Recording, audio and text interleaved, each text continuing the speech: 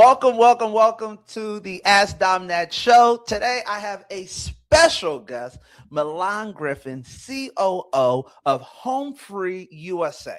Now, if you are interested in starting your entrepreneurial journey, if you're interested in starting a nonprofit organization or at least a successful organization, this conversation is for you. We're going to learn a little bit about HomeFree-USA from a business standpoint and successful organization in our community, but also from a services standpoint. So welcome, Milan Griffin. How are you?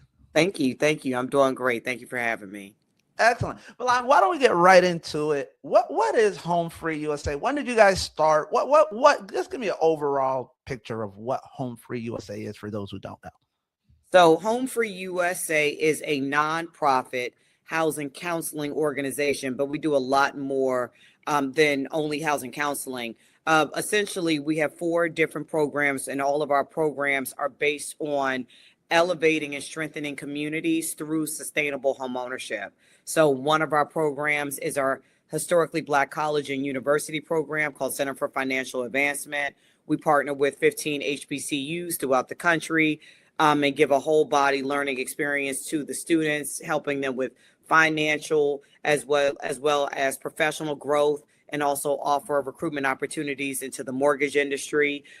We have an affordable housing program, and we do affordable housing development work in Baltimore. We also train real estate developers to scale up in their business.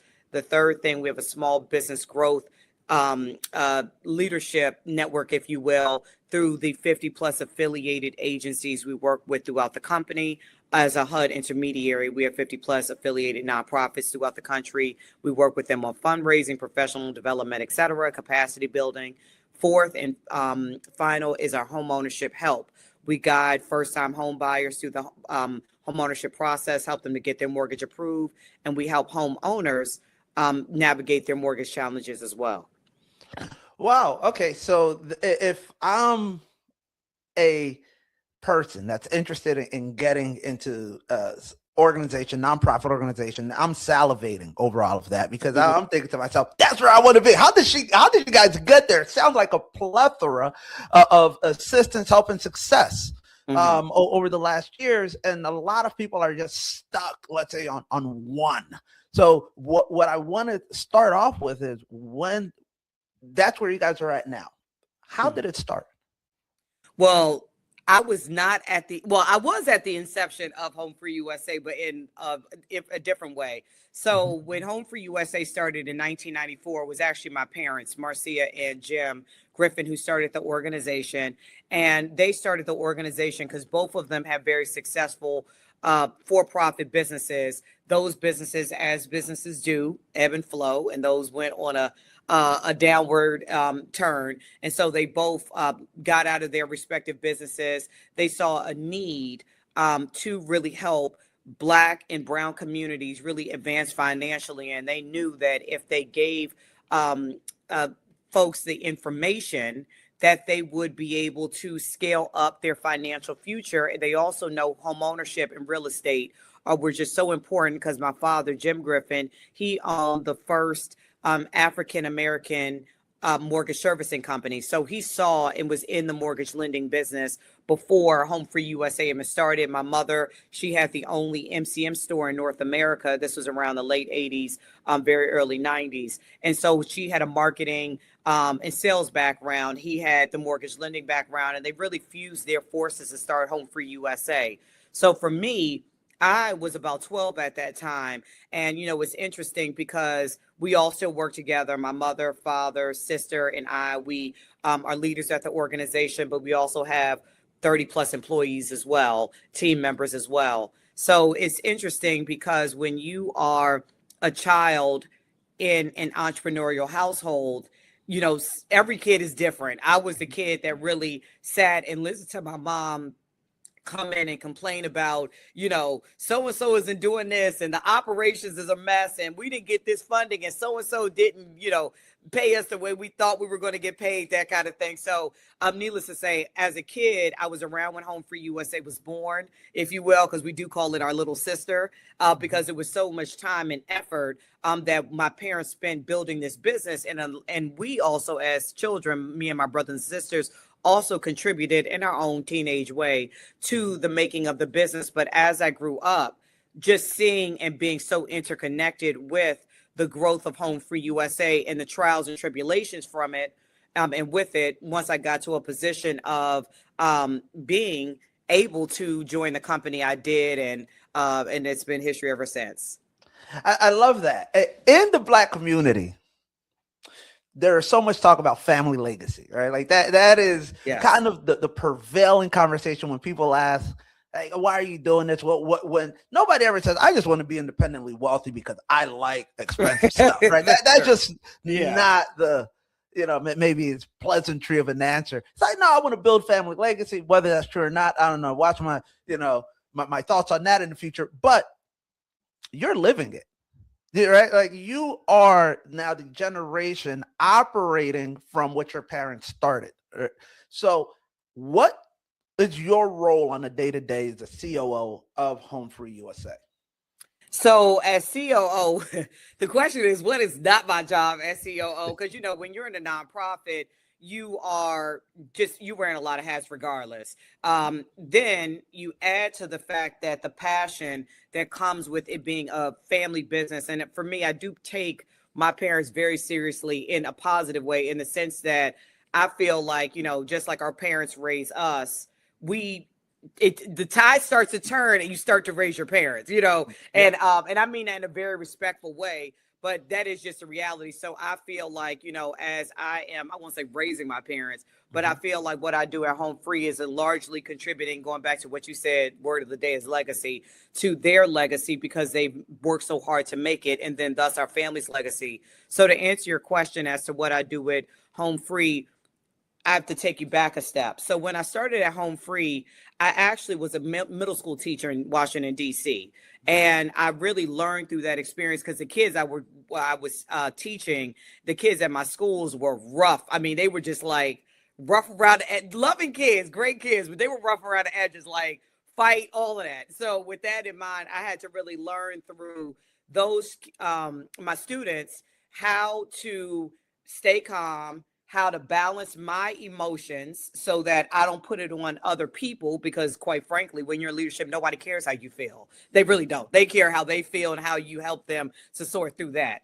And then I also learned how to manage groups of people and move them forward and towards a particular action. So with that, unknowing to myself, once, the door of teaching closed and the door of HomeFree-USA opened, I went to Home Free. I went to start a youth program that did not actually take off, but instead I really saw all the operational deficiencies and just kind of organically took my teaching experience with my experience of working with my parents, and really listening to their trials and tribulations growing up, to then kind of organically start operationally at Home Free. I didn't start as COO at all. I actually, started again with this youth program. It didn't work out. And then I've always been a self-starter and just a natural leader. So I started just to see glaring holes. And my parents are like, look, if you want to take the lead to try to fix stuff, you go right ahead. And so that runway really gave me the opportunity to really kind of get in lanes unexpectedly. So the first lane I got into after the youth program was actually marketing.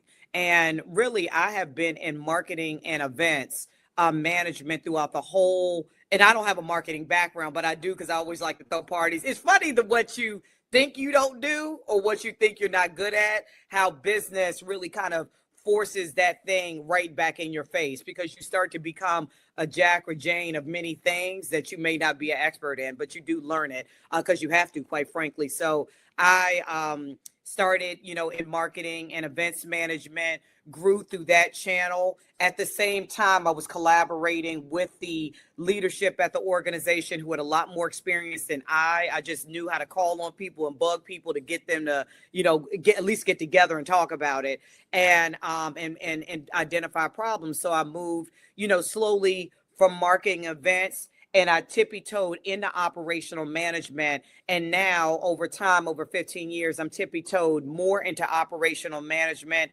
less into marketing and events, but I still do marketing and events because that is the communication arm. And it's really the hotbed, the heart of so much of what we do at Home Free. So I'm in those spaces, but it's kind of gone from this marketing and events to and a little bit of operations to now a lot of operations, a little bit of marketing and events, and through the operational space too.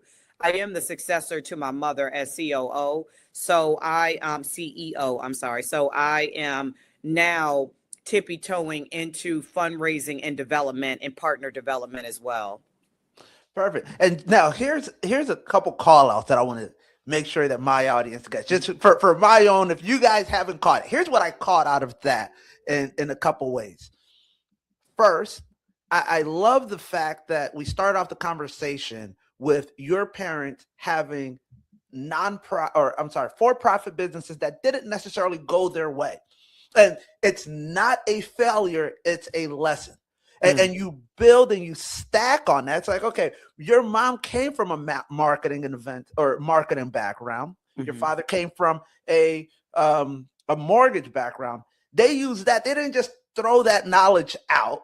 They applied it to their next venture. And then you coming in, you had the teaching background, but you didn't feel as if a lot of people feel stuck. It's like things might not be going my way, but I don't know what to do. And whatever they're trying to do next, it's almost like the years of experience that they've gained doesn't apply in any way. What's your advice to somebody who's, hey, I'm in a pivot point in my life. I'm so desperate that I'm watching the Ask Dom That show to figure out what I'm going to do next. But what I want to do doesn't seem like it applies to what I've done. So, that's a very, very, very solid question. And it's a solid feeling because I'll tell you, pivoting and change is like, yes, we have to do it anyway through life, but to do it through business, it's like a all the time thing. But I've also noticed that one thing about pivoting and also seeing your strengths and seeing what you do well and identifying those things and thus secondarily accessing and tapping into those things. I have noticed that there requires a lot of self-confidence, and I don't mean self-delusion, because a lot of us are delusional about what we're good at and what we're not good at too. And so a lot of it really boils down to self-awareness. I think that's a better way to say it. Really, really being self-aware, really understanding and constantly. I mean, we think our business is it, but really the business is you, and so you have to constantly be looking at yourself, be thinking about, what am I good at? What am I not good at? Let people tell you that. Like, I know a lot of times it hurts to get feedback, but like if 10 people say, hey, you are trash as a public speaker, but you are great, as I don't know, a team leader, a motivator. Listen to that. I'm not, you got to take things and just kind of piece it out and figure it out for yourself. But at the end of the day, it is really important to be able to access those strengths, utilize those strengths, and pivot those strengths.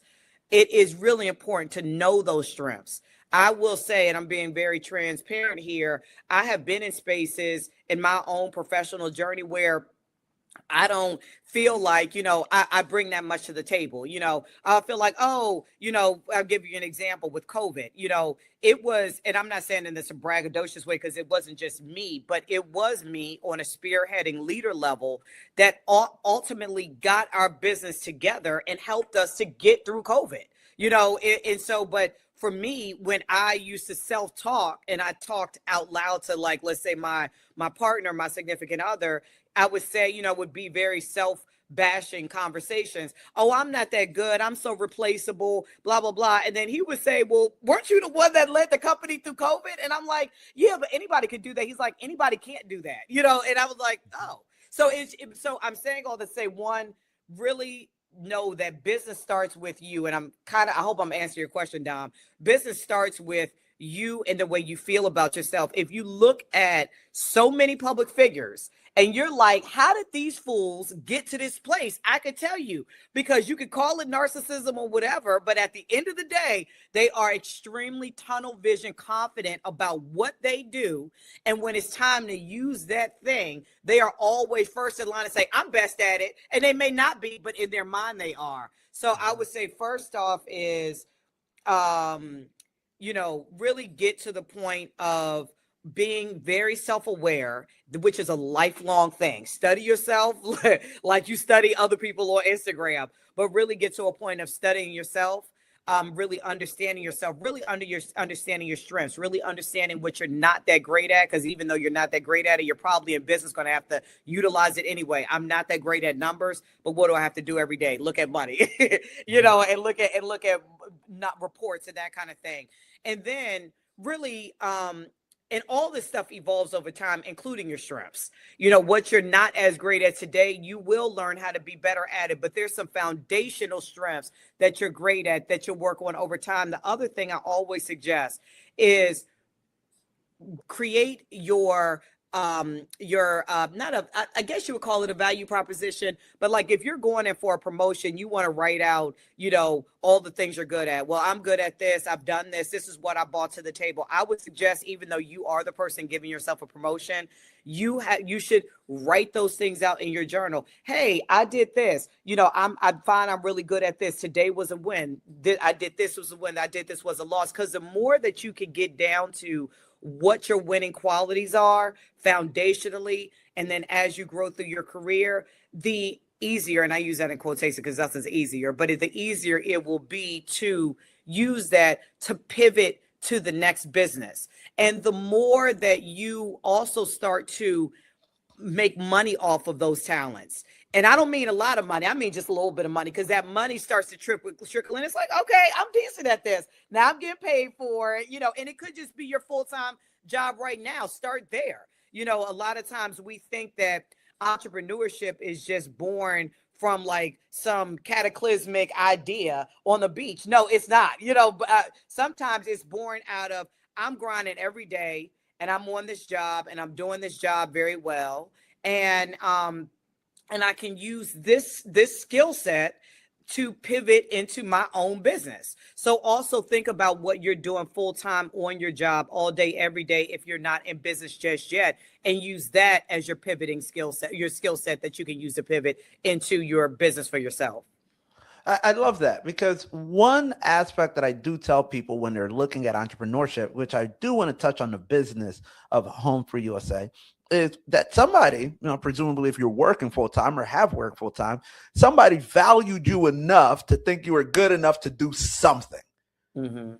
And that's something, if you've done it over some time, you've gotten good enough to do it. Now the question is, how do you leverage your time and your knowledge to do that for multiple people? The same thing, rinse, wash, and repeat.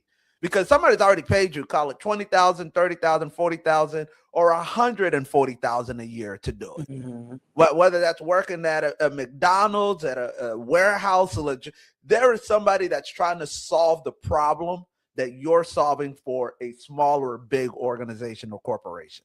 Exactly. Right? So somebody's starting their own little warehouse, and you've worked at an Amazon warehouse. You're like, I know how Amazon does it. I can give it, right? You're just starting. I can consult. I can tell you this, and this. And that is a form of entrepreneurship. It doesn't have to be this grandiose thing. So I do appreciate you bringing that up. Now, when it comes to HomeFree and the business of HomeFree-USA, a lot of people, when they think about entrepreneurship, they think for-profit business. Can you discuss a little bit of the difference in running a nonprofit versus a for-profit? And I'm not sure that you've ran a for-profit, but perhaps, that's the prevailing conversation when you think of entrepreneurship. So what is it like running a nonprofit as a business? Okay, so I am a little bit biased because I've only run a nonprofit, to your point. However, what I do study a lot about businesses, and I will say, my personal opinion, I think running a nonprofit is like running a business on steroids. It is like one of the most difficult forms of businesses that you can run. I honestly think it's more difficult than a for-profit business. And I say this for a couple of reasons. Number one, there is when you're receiving government money, state money, county money, and definitely federal money, your business, it's almost like being a publicly traded company. So your business, but publicly traded companies usually have a lot of other things. They've reached a higher scale of, income, all these other factors. Nonprofits, you could be barely scraping by and receive any type of government money, and then all eyes are on you. It's a lot of reporting.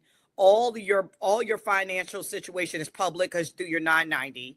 And then on top of that, private industries, they support nonprofits altruistically to reduce their, corporate tax and for a variety of reasons. Through that lens, though, a lot of private industries look at nonprofits like charities, and that's no ding to charities, but when you are creating a business-minded nonprofit, otherwise known as a social enterprise, it is a different level of competition, or I won't even say competition. It's a different level of getting the for-profit community. And I will say this is with Home Free specifically. This is one of the battles we are dealing with. One, it is difficult to get the for-profit community to see us as a business versus a charity. And it's important to be seen as a nonprofit business. And that has to do with your model, too, as a nonprofit. Because if you are all about, feeding hungry kids, that is more of a charity base. That's harder to make that kind of a business type of nonprofit. But see, for Home Free, our nonprofit serves the public interest and the private interest. But we have really struggled over the years to get the private community to pay us on scale or on par with what we think we should be paid. One, because of the perception of nonprofits, and two, because we're in a housing counseling space. So it's also just the way the business of housing counseling runs. But then the other piece is, separate and apart from the for-profit industry, we have fallen very deeply into this nonprofit mindset of undercharging ourselves or underselling our services. So I'm saying all that to say nonprofit, running a nonprofit, starting a nonprofit can be difficult and challenging, and it has a different set of challenges than the for-profit business. One, because all your stuff is public. Two, because if you receive any public money, you're going to spend more money reporting on the grant than you are collecting and using the money towards actually the service that the grant has given you.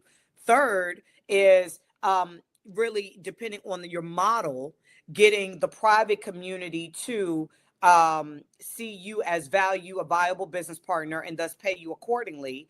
And then two, the other piece of that is you as a nonprofit seeing yourself and pricing your service correctly.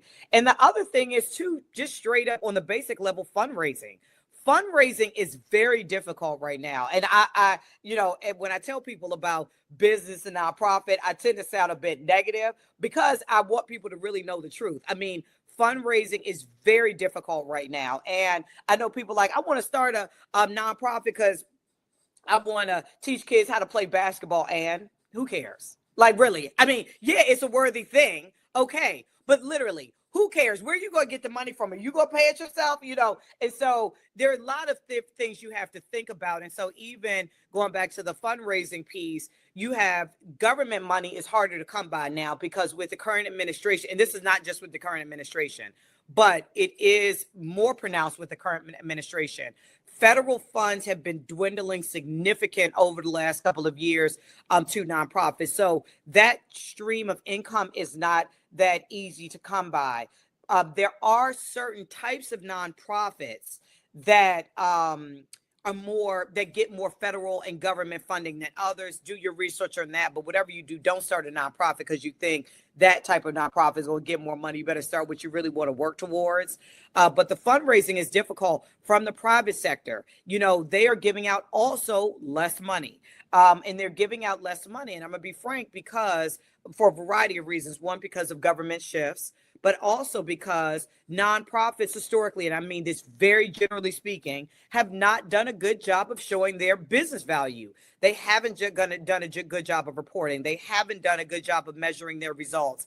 They haven't done a good job of reporting back. And so businesses also want ROI, return on investment. And when these nonprofits historically and generally speaking don't provide that, they being the nonprofits are like, look, well, we could put our money into the fewer nonprofits that are actually doing good work instead of spreading it out to many and not seeing the return on investment. And so for a variety of reasons, just a couple I just mentioned, also the funding even from the private community is going down. And let me just mention, my parents to start HomeFree, they put $346,000 of their own money to start HomeFree. And so they sold real estate, and we'll get into the point of real estate and business in a moment, but they sold real estate. So the capital, the seed money they put in to HomeFree-USA to start it is the same type of seed money that people are putting into tech companies to start theirs.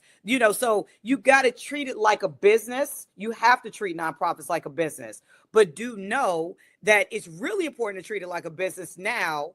And yes, just treating it like a business does not abandon serving your community. Treating it like a business makes your community and the wellness of your community and how you're helping the community, the end product. But it has to show return on investment to the for-profit community. It has to be able to be reported and measured and shown the impact by those who are funding you. So that's just a couple of reasons. But yeah, nonprofit business is very tricky and it's very difficult. A lot of people look at nonprofits simply from an altruistic standpoint. But what I'm hearing from you is what's the business and the value proposition that you're offering? So if you had to say what's been the most difficult part of running a nonprofit, has it been the fundraising? Has it been hiring and getting vision alignment from your employees? Has it been growth? Has it been saying, why aren't we just doing this for profit and charging a 10x multiple and scaling and going to Bora Bora? Well, Yeah. What has been your most challenging part of running HomeFree-USA so far from your standpoint that other people might be able to relate to? Whew, that's a loaded question, but I'm gonna try to piece it down. So the most challenging part for me of running HomeFree, well, it's a couple things, but I think the main thing is taking it from a mom and pop business to an enterprise level business. And what do I mean by that? When I started HomeFree 15 years ago, so when I started, HomeFree-USA was about a little bit over 10 years old, probably about 13 years old at the time. HomeFree-USA was about 13 years old. So at the time of starting HomeFree, really my mother and father had really just worked. They had worked to, make HomeFree-USA a name in the DC metro community, really kind of stable ourselves with lenders in the mortgage community. And so they really worked on the marketing, the branding, and at the business building. When I came in, I kind of slowly and didn't really know I was doing it at the time.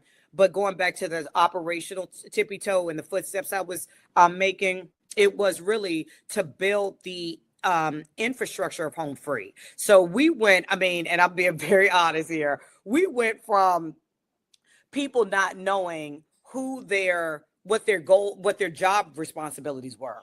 We went from people not knowing, okay, like if I was to say, hey, Taylor, what are your goals this year? What are your work goals? She had no idea. Like, this would be for everybody. So we went from a place where people really, they showed up to work, they did what they needed to do, but they really didn't know what they were supposed to be doing. So you could imagine the level of chaos and disorganization that was going on. And so I really came in, and the most difficult and the challenging part of my job historically has been building a very clear and transparent business infrastructure that that people can walk into and thrive in because it's clear.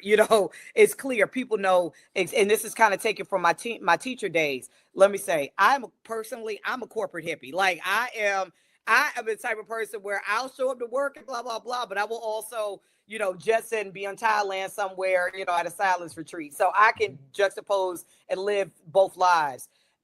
so I don't really personally require a lot of routine, but I realize as a teacher that you have to give people routines when you're dealing and managing with a large group of people. Things have to be transparent, things have to be clear, there have to be routines, there have to be structures. If you have a problem, go to this person. If you have a need, go to this person. And so that's what I did. That has been the most challenging thing, and is to upscale and build that infrastructure. Now, I didn't do it alone. What I like to call myself a chief collaboration officer.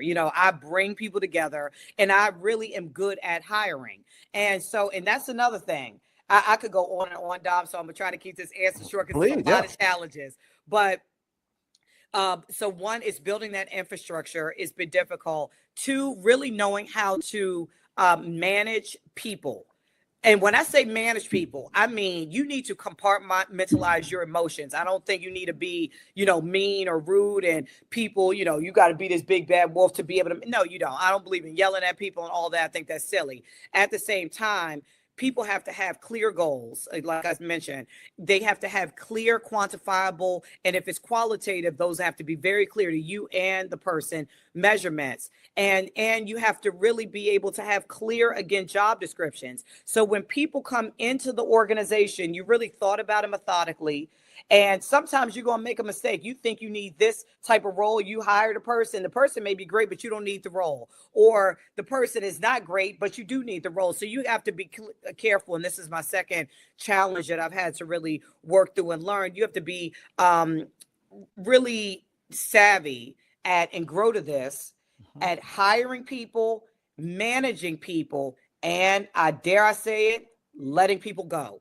You got to be very masterful at hiring people, managing people, letting people go. And if you're not a people person, and if the idea of hiring people, talking to people, dealing with people disgust you, you need to hire a manager ASAP, like ASAP, because every business is a straight up people business. You're dealing with people day in and day out. I don't care if you're building a tech business. You are dealing with people. It is people that are running the tech, that are operating your business. So I would say the second challenging is the people movement of it all.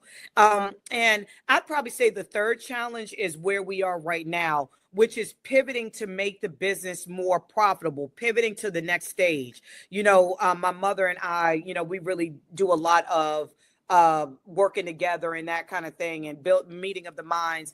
But we've historically worked together. I didn't work with my sister or my father as much. And so the first thing we had to do to really figure out what the holes of the business are, the four of us as leaders, and we're not the only leaders at the company, I'll say that, but we had to first come together to really figure out and where are we going, like as a unit, as a collective, where is this business going? Because at the end of the day, my sister and I are really carrying the business forward. And so anyway, I would say the last challenge is pivoting to profitability, shedding our old ways, going to new ways of working, new ways of business, new ways of thinking, and then moving all of the people that we have toward that same vision. But it had to start with having better connection amongst the four of us, my mother, my father, my sister, and I. So what I picked up from that was the challenges of running an organization, regardless nonprofit, for profit, is when you go through the stages as a solopreneur or a small business owner, it's almost a dictatorship. Right? Like you are, for better or for worse, you can run wild, you can kind of make the decisions, but and then it gets to a point where if you're the smartest person in the room, then you're doing yourself a disservice. And you have to allow the people in the trusted circle to tell you when you're wrong and when they believe that a different direction is better. But that also comes with challenges, because now you have to kind of take the step back and say, okay, yeah, I can see why this would be a better direction. Has that been the experience of HomeFree-USA and stepping into that role as you guys grow? Well, I'll say There has been, I think this probably comes when you have a family business. They're in family working so closely with each other. There is no dictatorship, because I will be real quick to say, Dad, you said you were going to do this and you didn't do that. And my father's like, can you all just shut up for a second and leave me alone? So Yeah. it's almost too much accountability on our end. But, communication is very important. Having folks, if you are on this journey alone, which most of us are starting out, if you will, have folks to really be your accountability partner. But I'll say one thing that a lot of leaders that I see miss out on is listening to their employees, listening to the people around them that, yeah, you think that they are not necessarily on your level, if you will, and they don't have as much stake, but it's really good to take in people's feedback and from all different directions, all different sources. There are areas of improvement. They're blind that you may not see. They're blind spots that you may not see. And so if you are kind of on this journey and you don't have anyone to tap you on the shoulder, say, hey, you're going a little too far now, that is really going to hurt you. So just take in as much feedback as you can and be as real and honest with yourself as you can, through this journey. There are a lot of decisions that have to be made. And I'll say some decisions you look at and you have received counsel on, or you may not have received counsel on, but you think for whatever reason, whether you receive counsel or not, it's a great decision. You do, and you're like, oh my gosh, this was the stupidest thing ever. Or there are things that, you kind of think that is the worst thing in the world. And it turns out to be such a blessing. I mean, we were just talking about, during COVID. I mean, when COVID hit, we thought, oh my gosh, not only is the world going to end, how are we as a business who is all in person, have a big office, a big physical office space, don't have the IT infrastructure. How are we going to make it? And lo and behold, COVID hit. And honestly, COVID was our most profitable time as a nonprofit in like recent history. So, and it's because there was so much relief money that was coming down through the American Rescue Funds. And we were the organization who was basically, who were approved to receive the federal grant funds and distribute it through the community, and so we had to qualify people for the funds, etc. But COVID, something that was just a very dim light in our history, was an extremely profitable, growth-oriented time for Home Free. So you just never know when these opportunities are going to come. Absolutely. And that goes back to the pivoting and taking the opportunity as they come. Sometimes you just got to create an opportunity. Other times they come your way and you weren't expecting it. Talking about the money aspect of running Home Free, we saw that in 2023 and throughout COVID.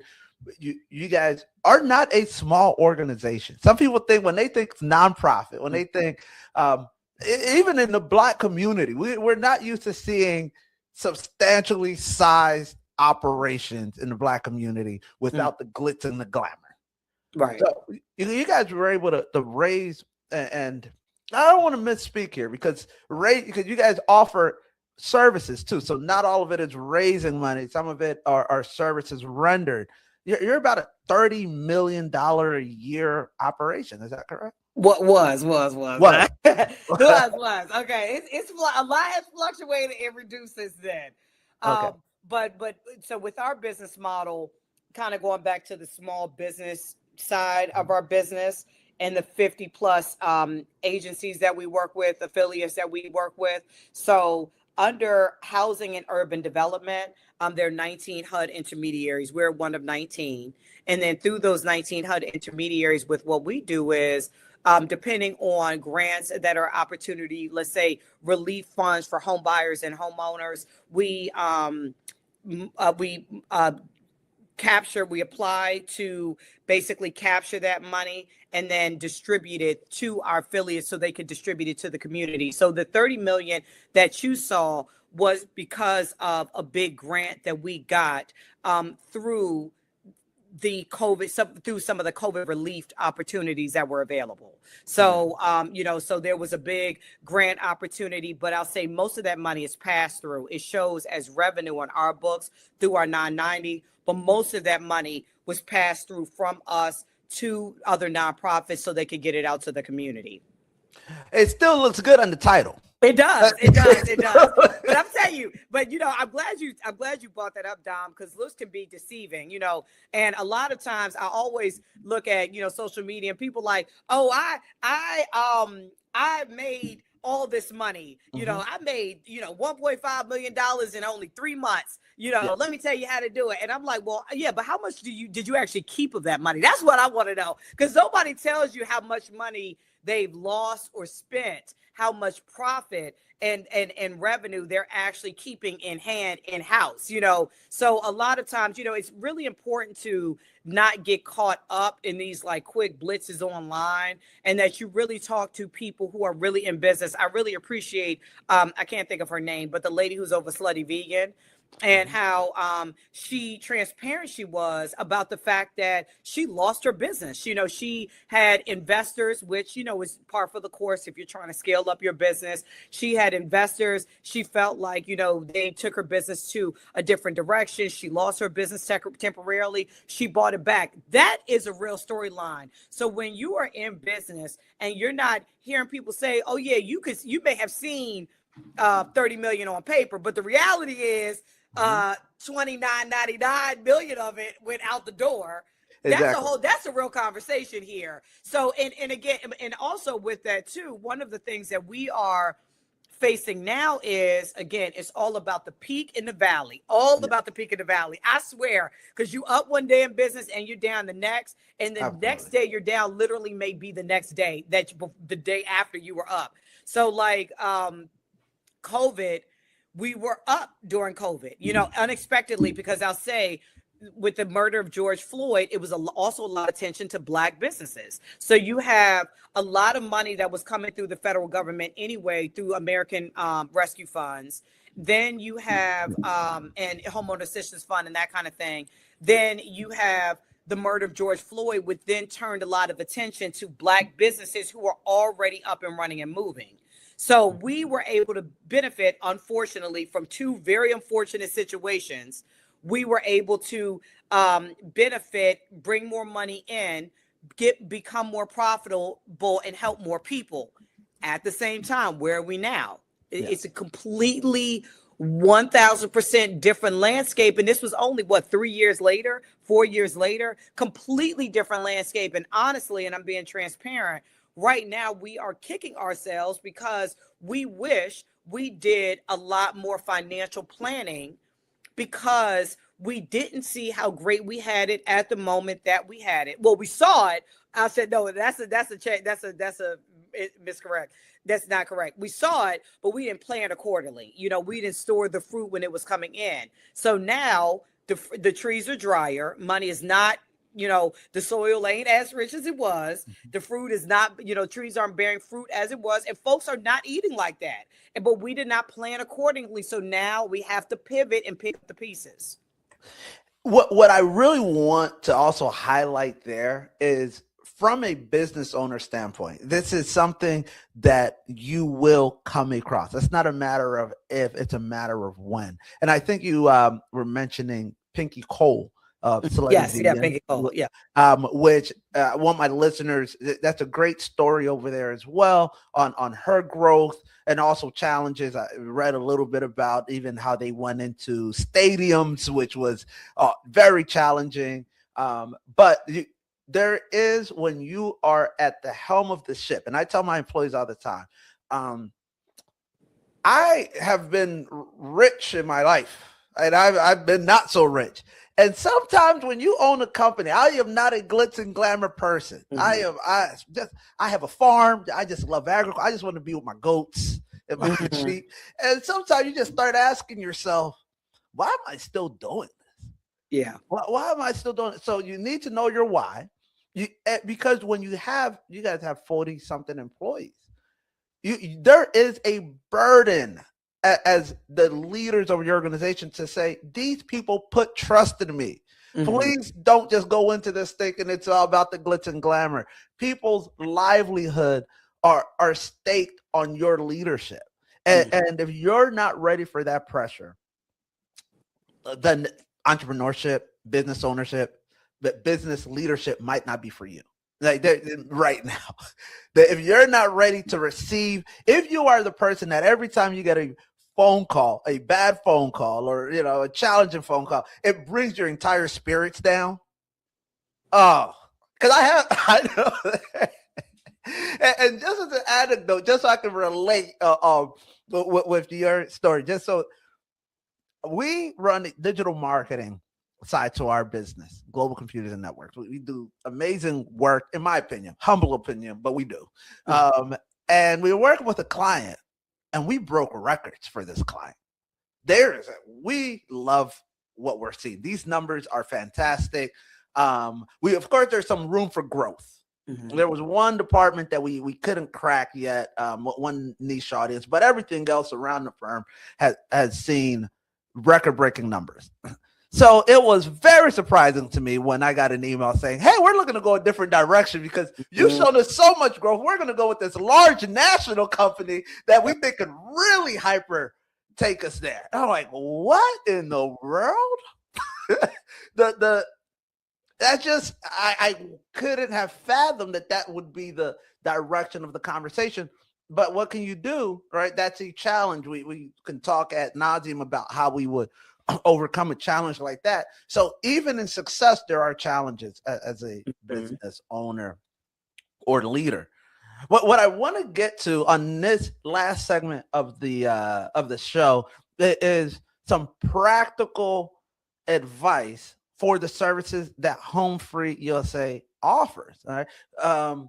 The first part are for our business owners, leaders, the organization, people trying to run their own organization, and they still want to grow. Well, actually, I want to ask you one more question on what you think the best way to fundraise, regardless of the challenges. What has been the most successful way, whether it's grant writing, face-to-face fundraisers, marketing? What has been successful in your opinion on if somebody wants to gain capital for their organization from a nonprofit? In-person relationship building. Okay. So in-person relationship building. And when I say in person, the reason why I'm specifically saying in person is because trying to relationship build over the internet it's impossible. It is fool's gold. Like it ain't happening. So you got to go out, meet people, be at conferences and be where your funders are.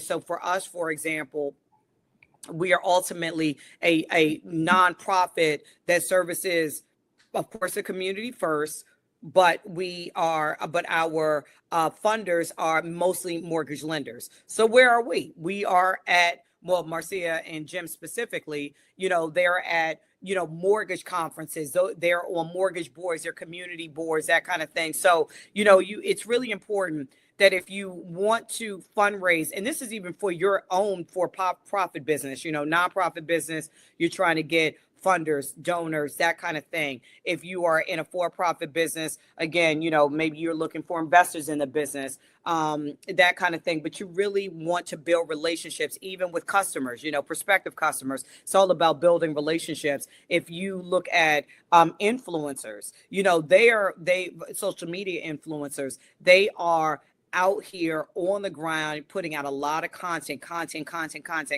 and then maybe a year or two in, after they've really worked up that content, ultimately what they're doing is their presence is building a relationship with you. It's making you build the like, know, and trust factor for them. So then when they pop out and they say, "Oh, I have a shirt for sale," well, you're going to be more likely to buy the shirt because now they have built that relationship with you. Yes, virtually, but that is a form of still building a relationship. That's a way for you to build relationship with your clients. So I would say, especially if you're in the nonprofit world, you do want to build relationship, and just in general, build relationships with people as much as you can in person, because it is the know, like and trust factor that really will help you to move your business forward by way of gaining new clients, gaining more clients, gaining more partners, gaining new partners. Okay, that's amazing, because you have people that will probably be behind their computer 7 days a week and wonder why they can't like what's not clicking. Well, why there's a lot of people grant writing, there's people paying for grants to be written for them. There's a lot of services out there.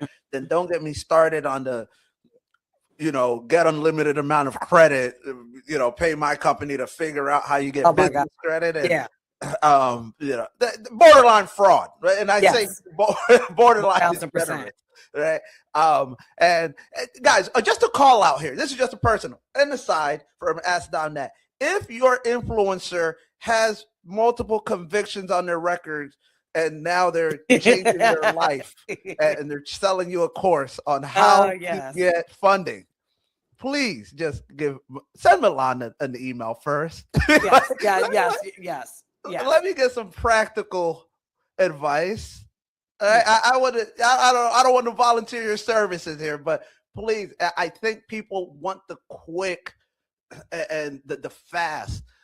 If you're taking anything out of this, as I am, if you're watching, understand that Home Free started in 1994.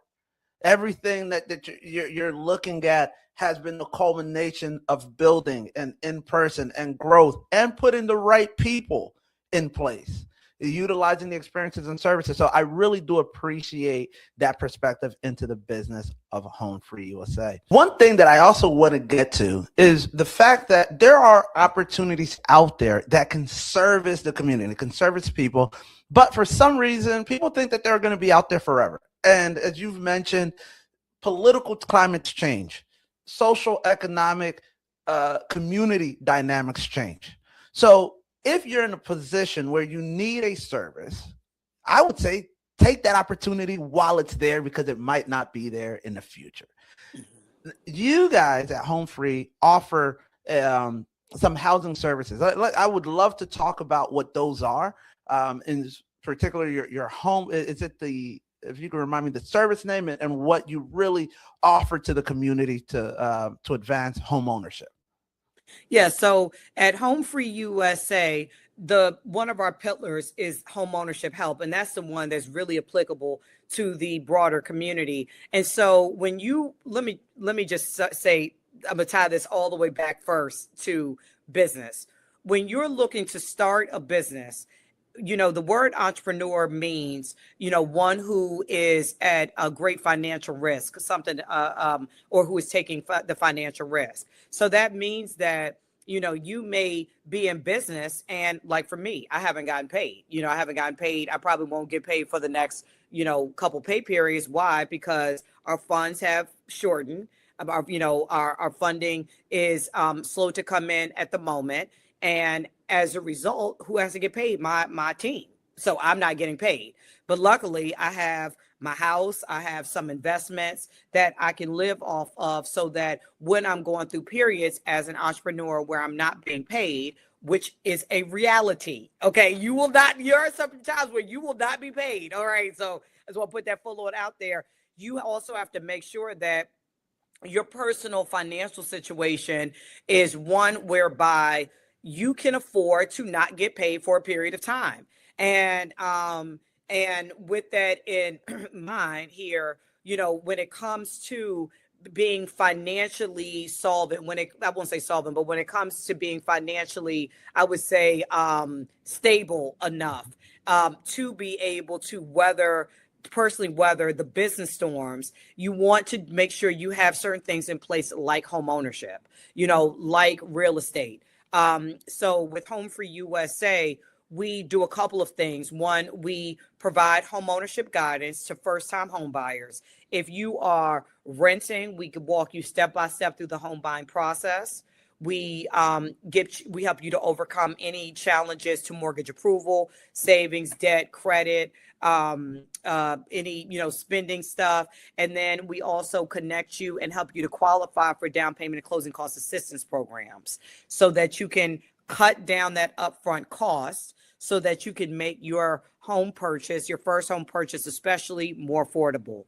And then we connect you with lenders, lender options. So basically through us, you're able to buy a home more confidently and more affordably. We also help homeowners who are looking to tap into their equity of their home. That could be a confusing process. You may want to do a cash out refi, going back to and translating it to business. When you own a home, and especially at this point, your home likely is going to amass in equity. Some markets, your home is going to increase in value, and so thus your equity is going to amass faster in some markets than others. But either way, a lot of homeowners now, especially folks that have been in their house for some years, are what we call equity rich. They are sitting on a good bit of equity because homes in pretty much every market in the US have gone up in value. Again, some markets, they've gone up in value faster than others. So when it comes to buying your home, just like my parents had to sell real estate to get the money to start HomeFree, you may have to tap into your mortgage through a cash out refinance, for example, a HELOC, home equity line of credit, so that you could get the money to start your business. So you could get the money to, plug any financial holes in the business, and so we also help you just separately and apart from the business. If you own a home, navigate your mortgage so that you can, pull money out and tap into your equity with confidence and more affordably. And then also, if you are a homeowner who's behind on your mortgage, we help you to navigate that and help you to understand and find mortgage options to prevent foreclosure. So ultimately, what we are homeownership advisors, and we help you to figure out and understand and navigate any mortgage challenges. You don't know what you don't know. All right. If you are buying a home, if you are a homeowner, I can guarantee you that if the first time homeowner, everybody else working in that deal, if you're listening to this, is a professional. Everybody else in that from sometimes your agents, that's your first deal, different story for a different day. But everybody else has done this a lot. From the mortgage brokers to the appraisers to the agents, the lawyers involved. And if you are the fool in the room and don't know who it is, then they will take advantage of you. They will sell you products, rates, services, and you need an advocate sometimes. Mm-hmm. And as long as you know who your advocates are, I ask everybody who works with me, how do you get paid? Who's paying you? Mm-hmm. That way I know. Like, oh, no, you don't got to pay me. The bank is paying me. So whose interest are you representing? Right. Yep. So my understanding of what you told me is that you represent the interest of the homeowners. Yeah. Okay, perfect. Yep. My last question, and I want to put you on the spot. Mm-hmm. One word. Actually, it's more than a couple words. I want you to just take it from here. 50-year mortgages. Yeah. So if you think about it, when you are buying a home, that loan has a term to it, as loans do. And so, you can get a 15, 20, 30, 40, 50-year term. And so depending on the amount, the longer the loan, the longer the loan, the less you have to pay back over time each month. I should say, back up. The longer the loan, the less you have to pay each month, but the more you're paying in interest. And so what happens is if you have a shorter loan, let's say a 15-year loan, you are paying more per month than you would at a 30-year more loan, but ultimately you're paying less interest because you are paying for less term on the loan. You're paying for less time. If you have a 30-year loan versus a 50-year loan, you're going to pay less per month on the 50-year loan, so it can make the transaction more affordable for you. But you are going to be paying a lot more in interest on the 50-year loan than you would the 30-year loan. So the longer the loan, the pro is you can space out your payments, your mortgage payments. Those mortgage payments would then end up being less. But the con is you're going to end up paying a lot more in interest because you're expanding out the payments for so long. And also there are a lot of fees when you are buying a home. So it's not just the interest, it's any, fees. And you got to think about, your homeowners, you're going to be paying homeowners insurance even after you pay the home off. So, but it's really, and you're going to be paying property taxes even after you pay the home off. But it really goes into that interest. So what happens is when you start digging into like these 50-year loans, you are going to make the bank rich. You're not going to make yourself wealthy, because also, and I'm going to try to say this without getting too confusing.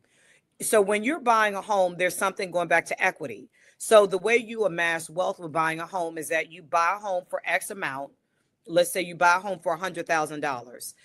Over 20 years, the home has gone up from $100,000 to $300,000. So you took out an initial loan for $100,000, and now the home is worth $300,000. So once you start paying on your mortgage to pay down that initial loan amount of $100,000, you're going to be paying more than $100,000 because of interest anyway. But the idea is that every time you pay your mortgage, you now are able to take advantage of the equity you built in that property. You can take out that money if need and as needed, use it to build your business, start your business or whatever. But when you are extending the amount of your loan for so long, what happens is that you paid 100, but now you're taking 50 years to pay off the 100 versus 30 years. So now you're now paying more in interest, and it's taking you a longer time through all that interest payment and through the stretch payments for you to really amass any equity as your home rises in value, because you're paying, but you're not really getting the value proposition from the home. So you're also losing a lot of your equity, your position. So a 50-year mortgage really technically benefits the lending community, the mortgage community, the private community more than it benefits you. What we at HomeFree-USA suggest is that, especially with your first home, you get a fixed rate, a 30-year fixed rate. That way you can kind of spread out the payments. But when you get into that home, this is what I have done. I pay twice a month. So I pay every 2 weeks. When I pay, although I'm on a 30-year loan, my mortgage is like about $1,700 a month. But I pay every 2 weeks, I pay $1,000. So every month I pay $2,000. So I'm paying more just by a couple $100. I'm paying more than I would, then I have to pay. I'm paying more when my money allows me to. I pay more now. My money's not allowing to me to, so I'm gonna go back to what I have to pay. But I'm able to pay more. And although I have a 30-year loan, I'm almost finished paying down my house, and I've been in my house for probably about 11 years now. And I'm almost finished paying off my house. So although I have a 30-year mortgage, I bought my home for $250,000.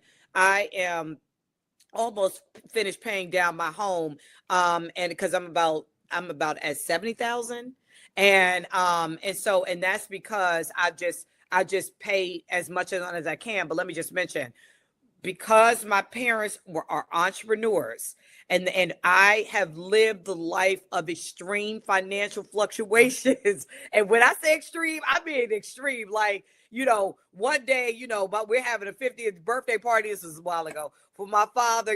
At that time, this was like the 90s. So we got him a brand spanking new 2-door Mitsubishi sports car. My parents were driving Jaguars, blah, blah, blah. Literally the next month, we went bankrupt. So we got to give back, and folks are coming out, taking all the artwork, everything else. So going through that, it helped me to realize a couple of things related to the importance of having your own wealth when you are in business. Number one, my first home, I thought I would move out before now, but I'm still in my first home. But because I have made my first home a business unto itself, because I rent out my basement apartment. I've rented out the whole time I've been in my house. I have rented out my basement apartment when I was younger. I've rented out rooms upstairs to my friends.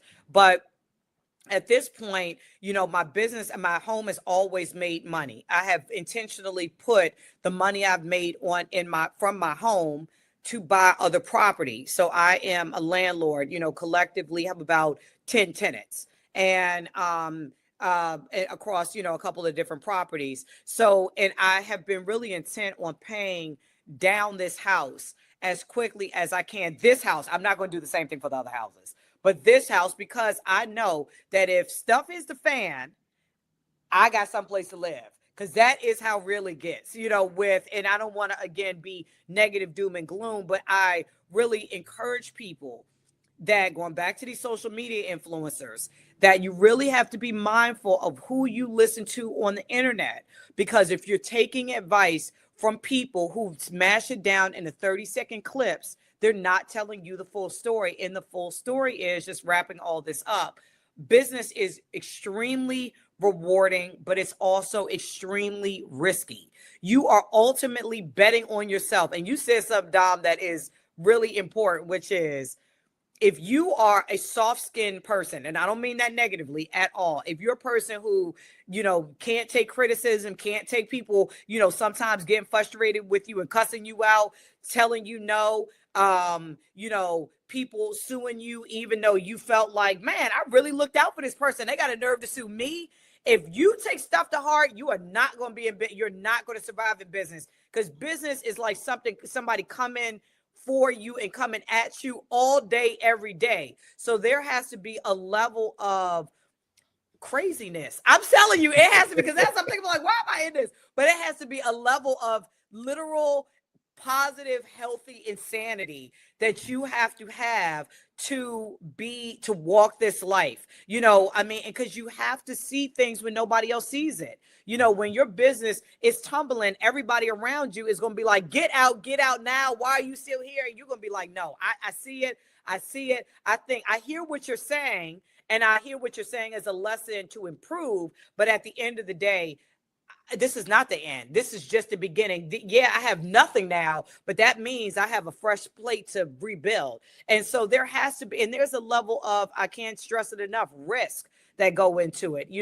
It's personal risk, it's financial risk, but the rewards are so great. So if you are ready for this journey, if you are in a very healthy way, a little bit insane, and you don't mind risk, and you don't mind, kind of moving through waters that you're not familiar with, have at it. It's going to be a fun ride. Oh my gosh. Yeah, that is an amazing perspective and an amazing way to wrap up the show. My key takeaways from that particular segment was, you need to understand your amortization schedule and dilutions and equity. If you don't understand that, and how much your mortgage is going towards the bank versus your equity, you're already losing. You're already behind the ball, because knowledge is power. But you also need to understand, when a lot of people make the mistake of just purely believing that their primary residence is an investment when they have no investment goals around it. But you're renting your basement out. You're house hacking. That's another term that my listeners hear me talk about quite a bit. And one of the most important things that I really want to call out in that is, because yes, my sentiments on 50-year mortgages are similar. But if somebody can, on paper, tell you why it's a good idea or not, on paper, they can say, hey, even though, yes, you're paying more interest to the bank, but if you invest in the S&P 500 with the difference and this and that, of course, there's a lot of investment voodoo magic that can happen on a performance sheet. Yes. But housing is a very personal investment. It's not always just paper logical. It's okay, your homestead and your house, you need to understand how it is affected by every day you're thinking, I bought my house when I'm 30. I'm going to be paying this thing off until I'm 80.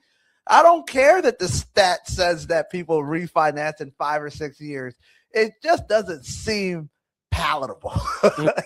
And there's a psychological value to understanding that, and that's okay. Not all investments are completely pen and paper. It is a psychological value to it. So I appreciate you giving your perspective on that.